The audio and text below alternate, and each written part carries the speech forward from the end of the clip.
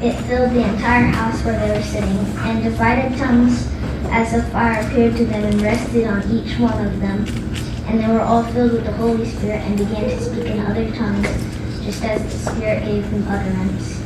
Now there were dwelling in Jerusalem Jews, devout men from every nation under heaven.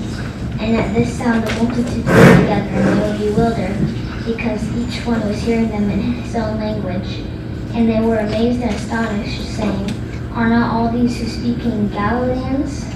And how is it that we hear each of us in his own native language, Parthians, and Medes, and Elamites, and residents of Mesopotamia, Judea, and Cappadocia, Pontus, and Asia, Phrygia, and Pamphylia, Egypt, and the parts of Libya belonging to Cyrene, and visitors from Rome, both Jews and proselytes, Cretans, Arabians, we hear them telling in our own languages the mighty works of God.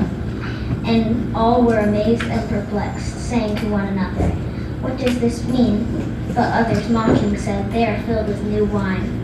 But Peter, standing with the 11, lifted up his voice and addressed them, Men of Judea and all who live in Jerusalem, let this be known to you and give ear to my words.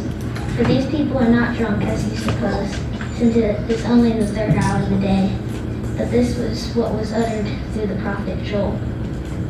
And in the last days that shall be, God declares that I will pour out my spirit on all flesh, and that your sons and your daughters shall prophesy, and that your young men shall see visions, and your old men shall dream dreams, even on my male servants and female servants. In those days I will pour out my spirit, and they shall prophesy. And I will show wonders in the heavens above, and signs on the earth below, blood and fire and vapor of smoke. The sun shall be turned to darkness and the moon to blood before the day of the Lord comes, and it shall, the great and magnificent day. And it shall come to pass that everyone who calls upon the name of the Lord shall be saved. Men of Israel, hear these words. Jesus of Nazareth, a man esteemed to you by God, his mighty works and wonders and signs that God did through him in your midst.